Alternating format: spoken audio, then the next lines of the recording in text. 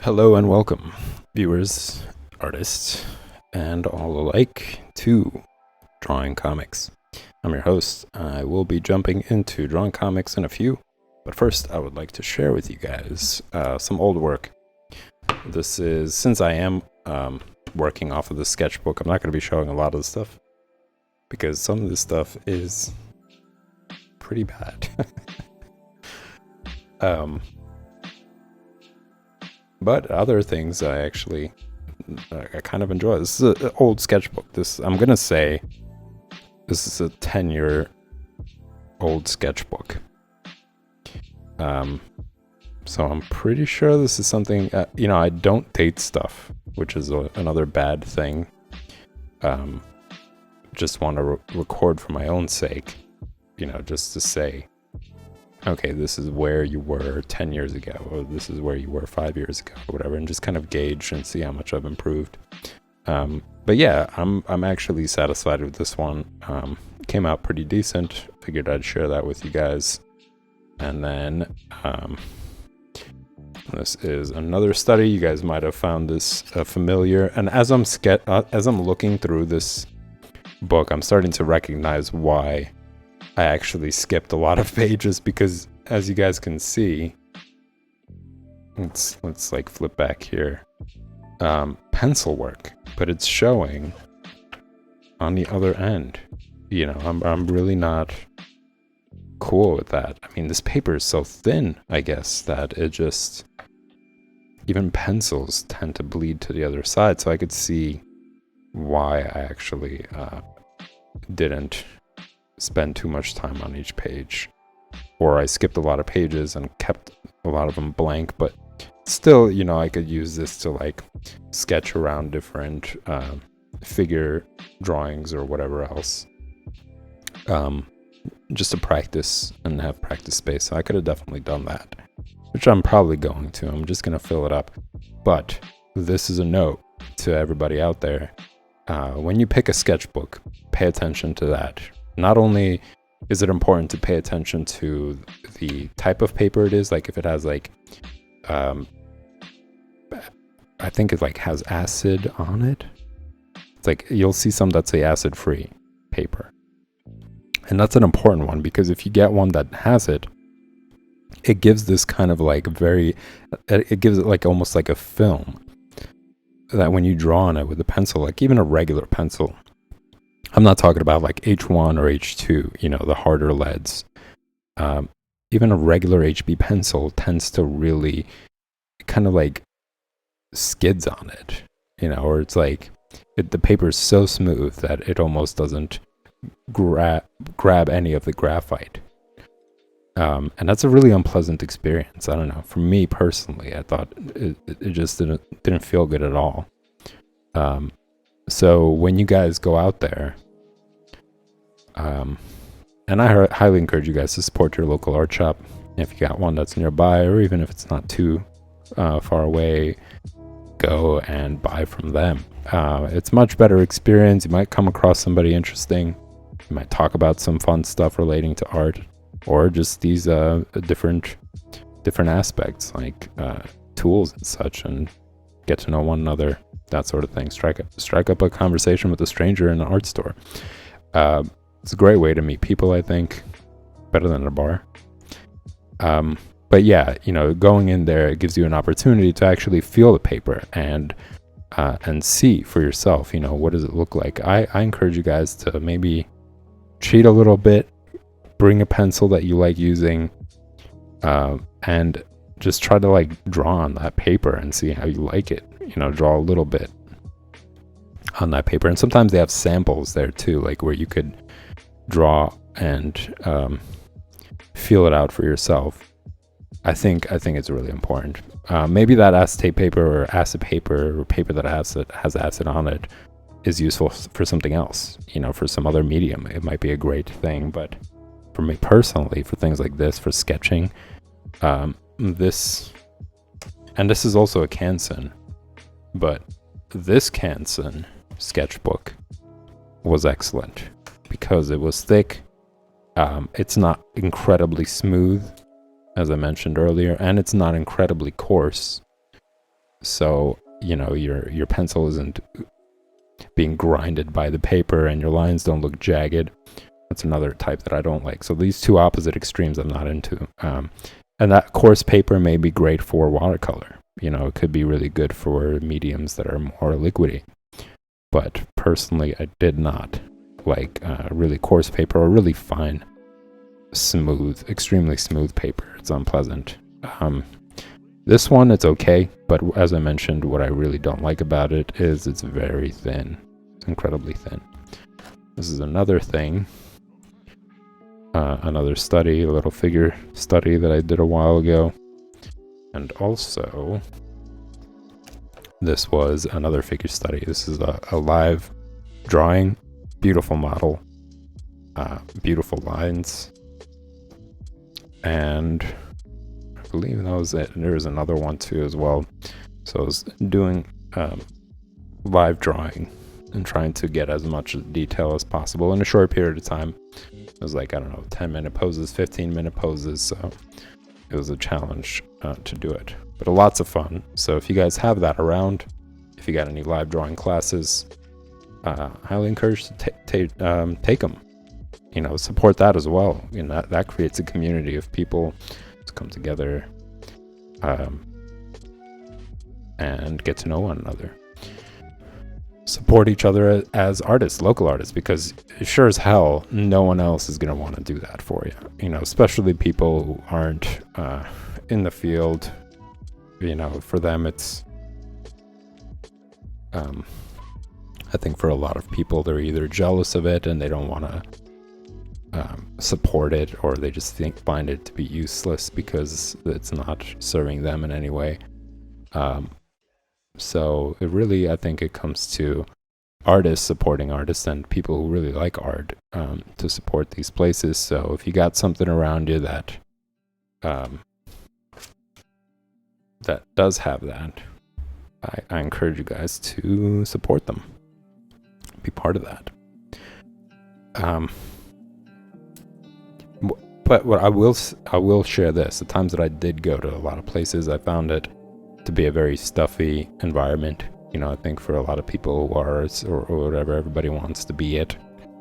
So everybody wants the center stage, and that tends to be really toxic as well. So I think artistic communities have some work to do in creating environments that are supportive of one another, as opposed to trying to compete with one another and outdo each other. I think that plays into the whole corporate, capitalist, fascist culture, and it shouldn't be perpetuated by artists. I think artists should be more of the type to actually remind people of how toxic that is and how bad it is for relationships, for interaction, for creating bonds with one another, and kind of diffusing the egocentric, toxic culture that really has been a trajectory upwards in terms of how common it is and where it is. I think back in the days, artists were way more supportive of one another and liked each other, as opposed to feel like that person is a competition in some way. I don't think that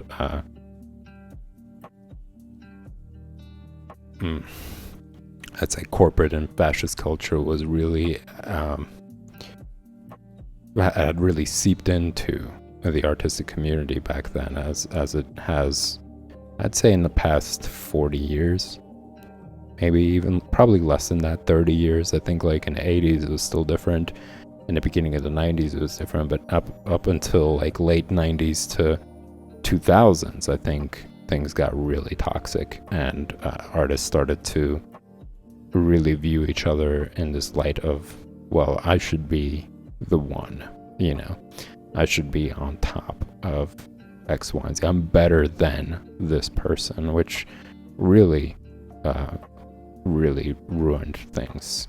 And I think we have to change that trajectory as artists. We have to push for people to be more supportive, more understanding of how individualistic art is and how beautiful it is that people get to express themselves and keep the communities and keep the art form and keep the art spirit alive, rather than trying to squash somebody to take their spot, or feel jealous that somebody else has something or whatever else. Like, I think that's the antithesis of the artist spirit. Well, anyways, enough rant about that. I'm sure I'm going to come back to that as well. I'm just pointing out how, if you are going to be part of these artistic communities, inspire people to like one another and share ideas and thoughts rather than view each other as competitors. That only feeds the fascist corporate culture and spreads more toxic behavior. So we should work on doing the opposite instead of encouraging that terrible, nasty trajectory. All right. Well, with that said, y'all, I'm gonna jump into. Oh, there's some other work on it. I'm sure you guys seen that.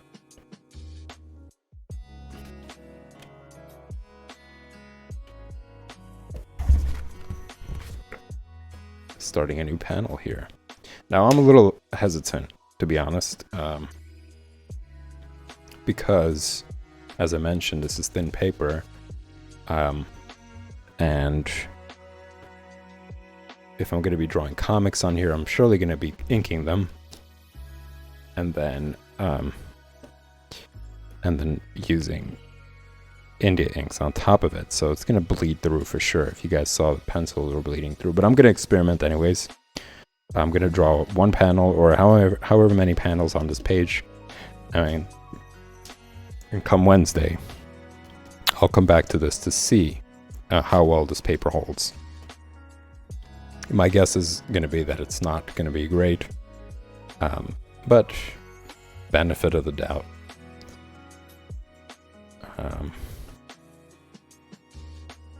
And why not add a little bit of a different time period to the sketchbook. Actually, let me just mark this off as I'm speaking about this. I'm gonna date this.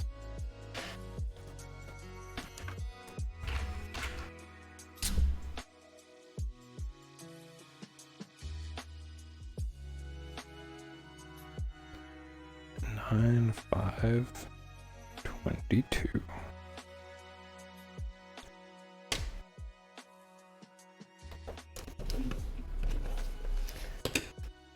Nine 5/22.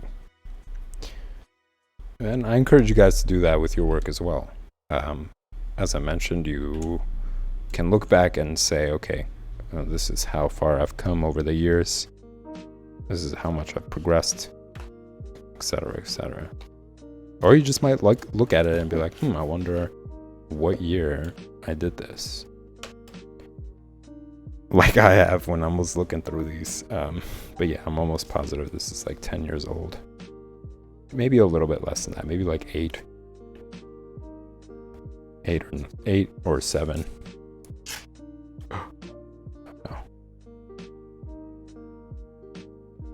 Alright, so where I left off last time when it comes to, man, this comic.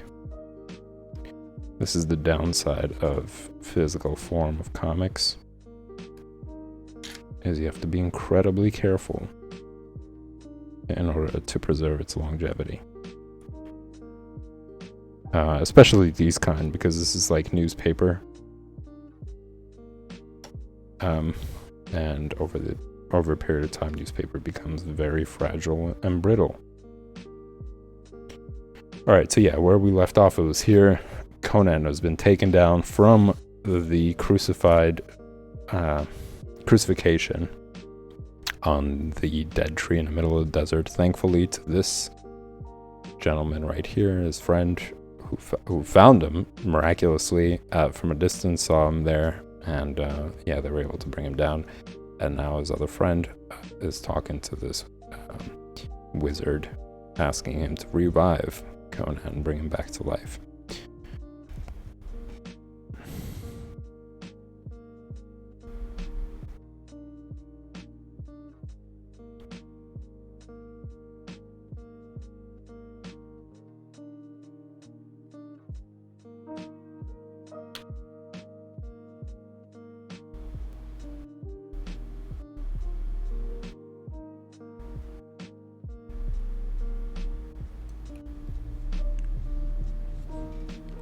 Alright, so I'm going to create this panel, even though there isn't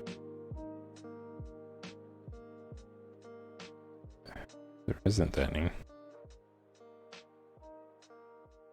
It's just like an empty, kind of empty. It's like semi. I could see that there are lines right here showing limits, but not all the way around, which is just stylistic choice.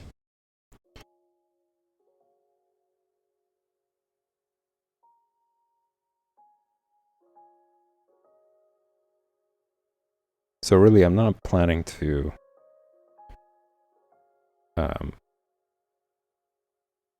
do it exact, but maybe I could fit 2 panels in here.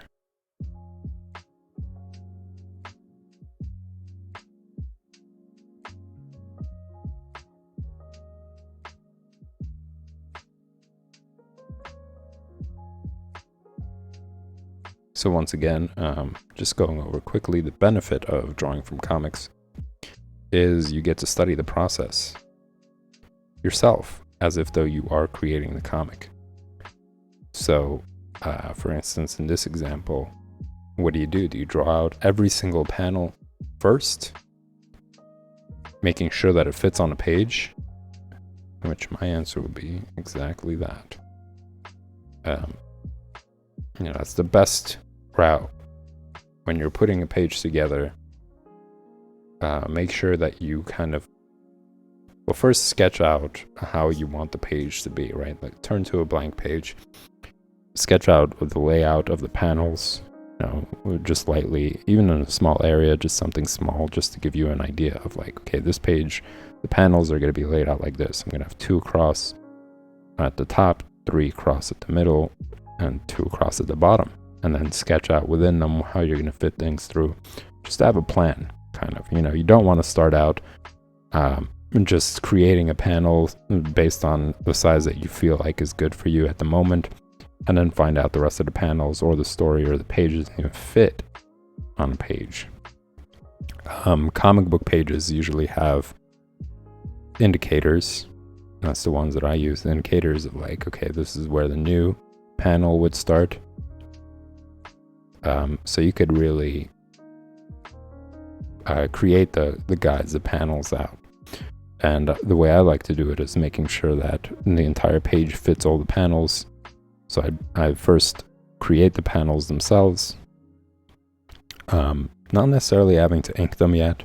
I could do that later, or I could even just do that on a computer. It's a lot easier to just drag a box over them when I'm fine-tuning. Like that kind of stuff I feel like is fine when it comes to digital. When I was talking about, I would rather have everything be traditional as opposed to digital. The experience is more fun. That's something I'm totally fine with, scanning and then creating in an app. But still, it's good practice. It's good practice to use the ruler as well. If you're using a ruler, you could use a Micron pen and just quickly do all that. That's also fun as well. Using another tool, a different type of tool. So yeah, I'm just creating these 2 panels side by side. I'm also gonna create this panel here. I'm gonna measure out to see if they're exactly the same size.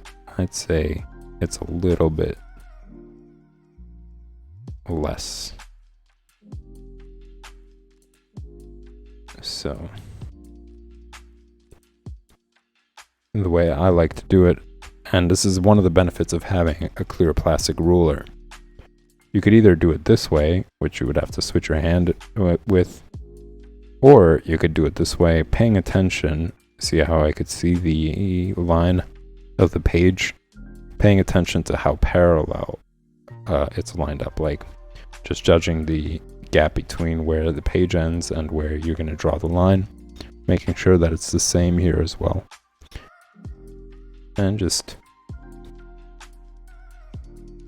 drawing that down.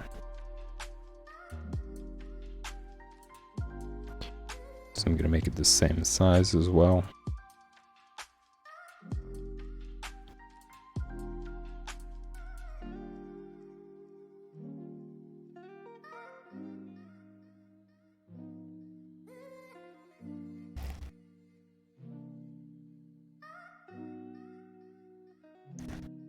This kind of reminds me, this music kind of reminds me of that video that's circulating on Instagram right now. It's an old one, but it is kind of funny. I'm not one to really jump on those kind of things, but it's that video of the girl who's about to do something live.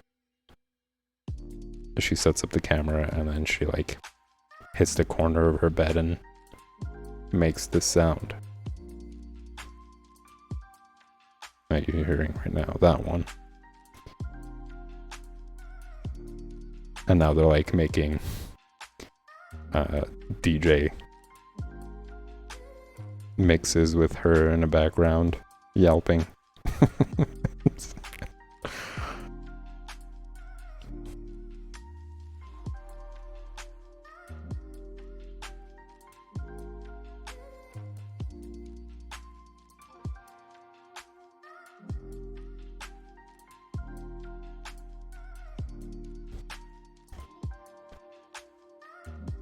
All right, so I'm gonna start out by creating the text box. It's pretty simple for this one. Oh, wait a minute.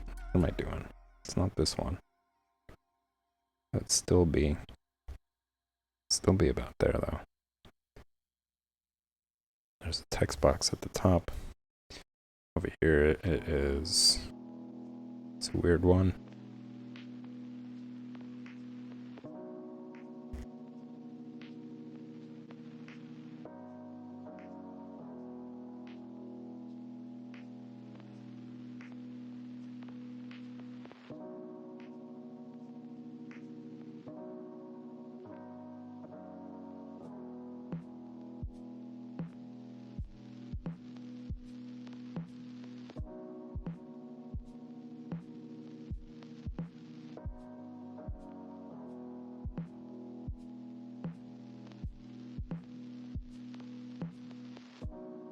Paying attention to the relationship between objects. So the top of her hair, right in this panel. Oh, you guys can't really see it. Let me move this over.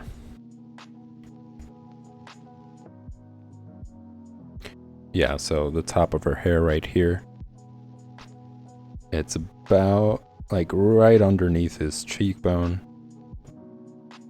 Right, like if you were to draw a line going across, or even hold a ruler. Let's use the ruler as a guide. Another very useful, once again, transparency of the ruler coming to use. You could see where the tip of the top of the head is, and having a line go straight across, you could see that's really right where you'd want the hair to be.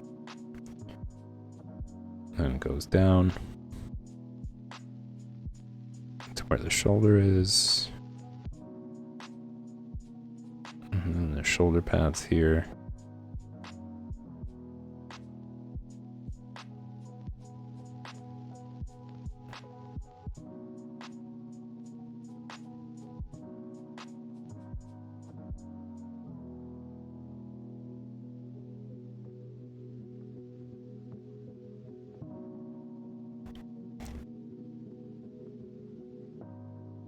And I could already see how I need to shift things over.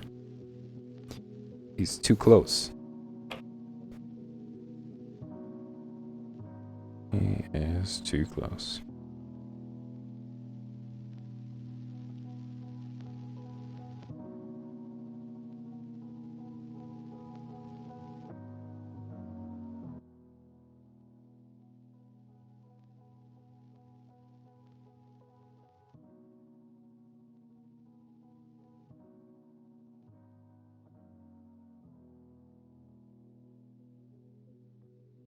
Keeping it light.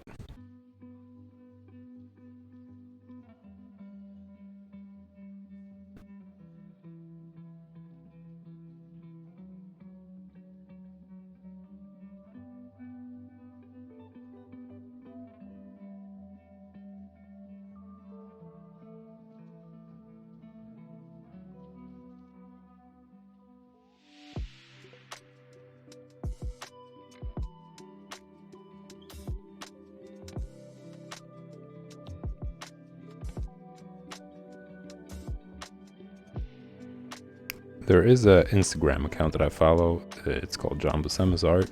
It's like the official, I think, Instagram account for his work.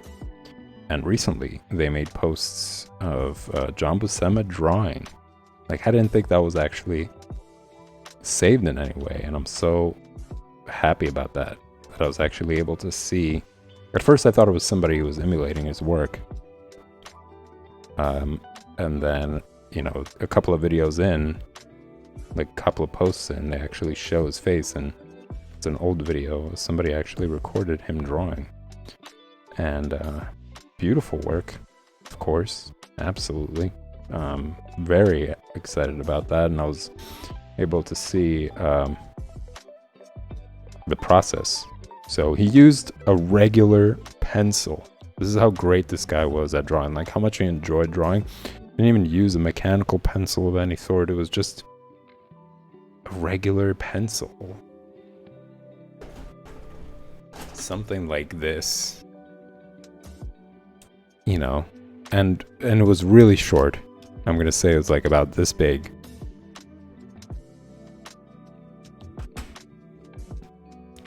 And he was like just quickly creating lines using it. And actually, like, now that I'm using it, I could see how light it is, and it's kind of pleasant. But no, I do enjoy my mechanical pencil, and it's a good mix and good weight.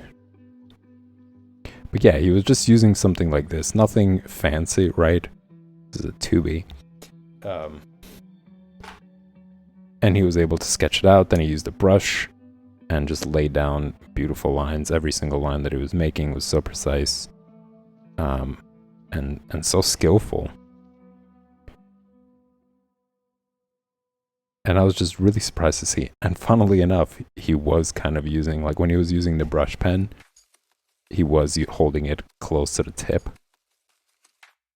But which goes to show, really, it's just a matter of like how much you draw, you know. So you know, you can achieve great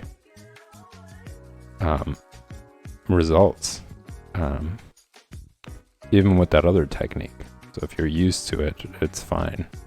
I just see a benefit personally to holding it at a distance. Like, it's not I'm not saying it for the sake of style or whatever else. It's just I found this to be beneficial for me. And that's why I encourage you guys to experiment on your own. Experiment using both techniques and see what you could take away from it. Maybe just use both. When it comes down to detail, you could bring it in close to make sure you got more leverage. But really, it should be a personalized experience. You know, whatever gets you comfortable and puts you in the mood of drawing really inspires you, it makes you feel good. Like, really, that's what it's all about. It's not important to draw a specific way if the results you're getting are great.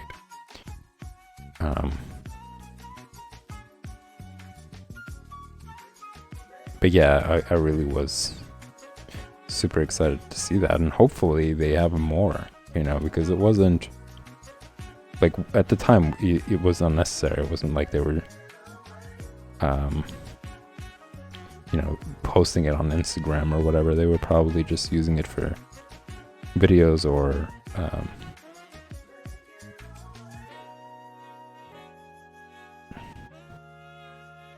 tutorials.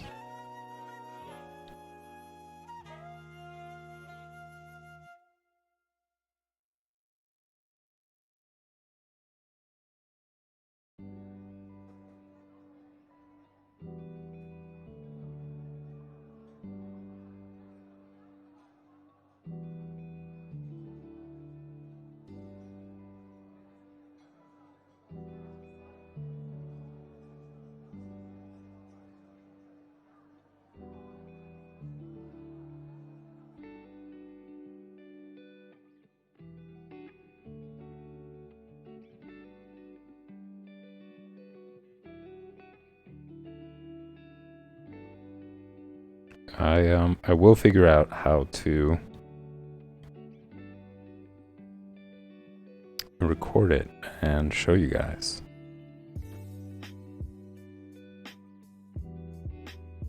At some point in the future.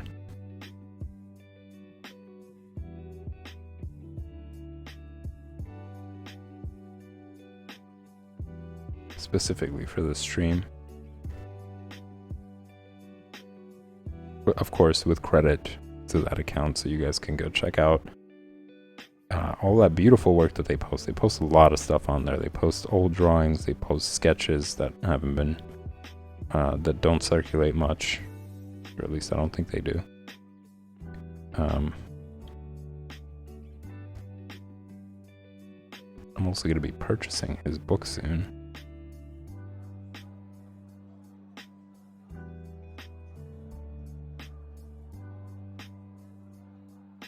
There is a book out with all of his drawings, lost sketches, as they said, which I will be buying and sharing with you guys.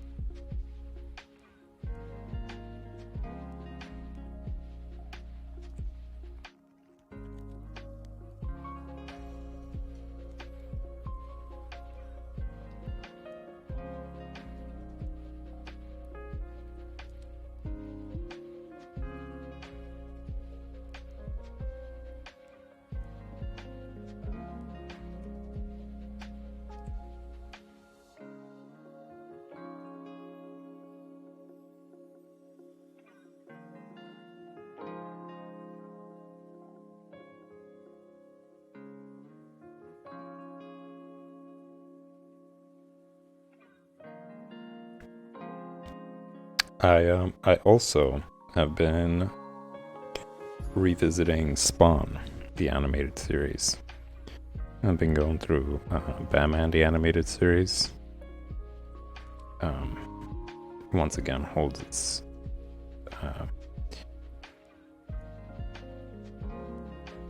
its incredible story and character development and animation and pretty much everything about it. It's a beautiful piece of work. It's a masterpiece. And I also have been watching Spawn the animated series, and I really like it. I think there's a part of nostalgia there. I think for a Batman the animated series, it wasn't as much nostalgia as it was just really, really liking the animation and the story and the characters and pretty much everything about it, the music. Spawned is more on that gritty, dark, violent kind of direction. Which I'm like, I don't really care for it, but I think that it does depict a part of reality, that is something that happens, that is something, that is a reality that's out there. There are people who are experiencing a lot of the stuff that he's talking about there. And it's just another way of talking about some of the things that even the animated series covered.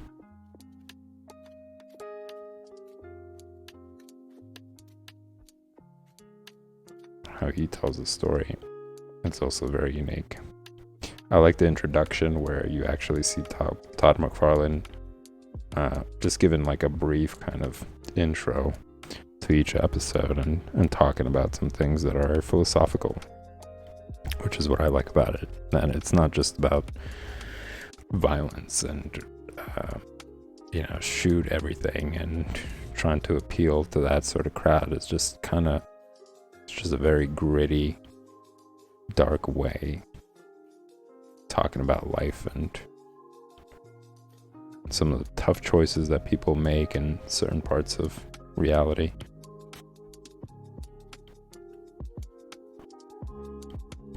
It's a good story, and I think that's kind of what draws me to it.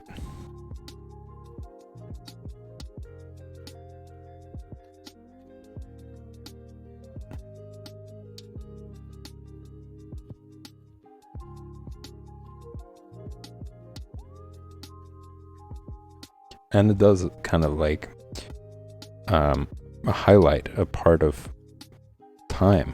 It kind of takes place in like gritty, crime-riddled New York, which at the time in the early 90s, that really was the case. Crime was really high. Probably not as high as like the late 80s.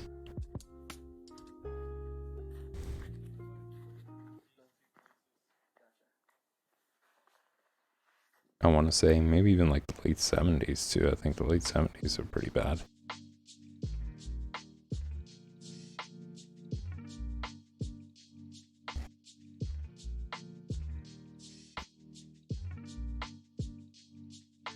But yeah, just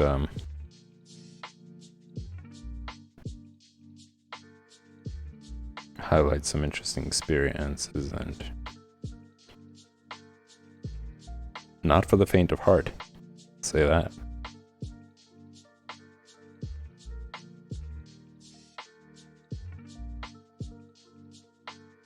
And the introduction to the episodes kind of reminds me of The Crypt Keeper. I don't know if you guys are familiar with that one, but it was just like another 90s show where the Crypt Keeper would sit in his chair and give introductions to like short little I guess thriller / horror episodes.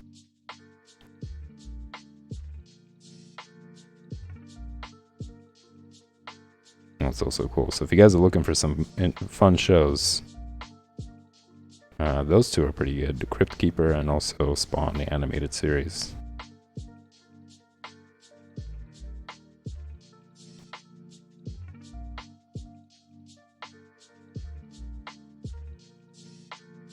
And of course, I'm sure a lot of you who are watching this are familiar with Batman the Animated Series.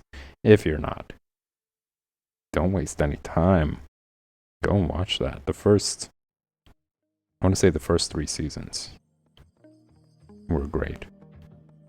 The animation, the story, everything. After the 3rd one, though, it really took a dive. And I might have talked about it on the stream, but yeah, it's pretty much, again, corporate meddling that ruined it all. I'm sure it was spiteful as well, because they created such a masterpiece.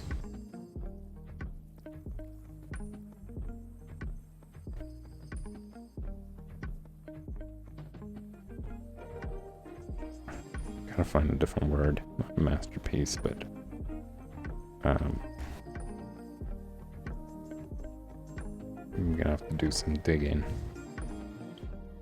I'm just opposed to that word. It really doesn't do much, except enable people with intense superiority complexes. It was just a legendary piece of work.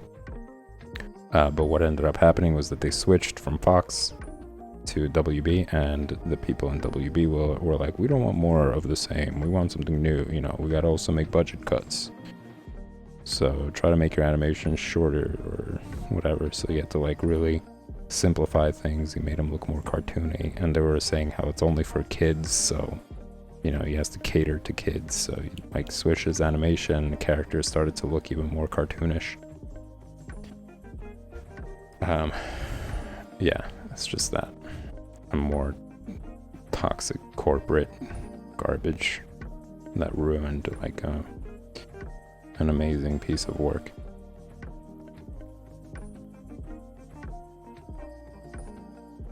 And then Batman Beyond was just It was just more of that, and it was just mockery of really good work. And I'm sure all those people had a laugh. About how they just like sent it downwards. Anyways, whatever. But yeah, the animated series, 3 seasons in. Beautiful work. You guys absolutely have to watch it.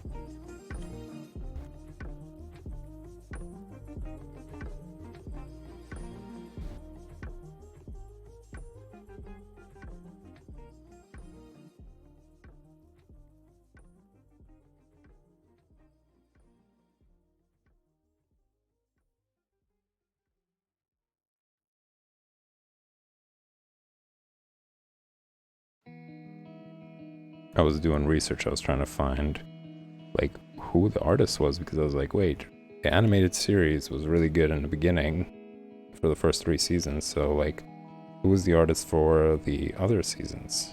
And I just found an article that talked about that.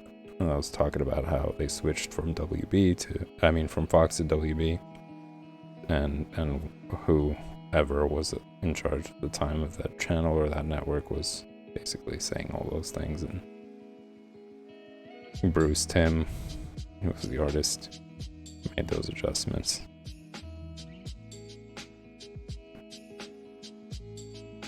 But the important thing is that all the beautiful work of those seasons are still alive and well.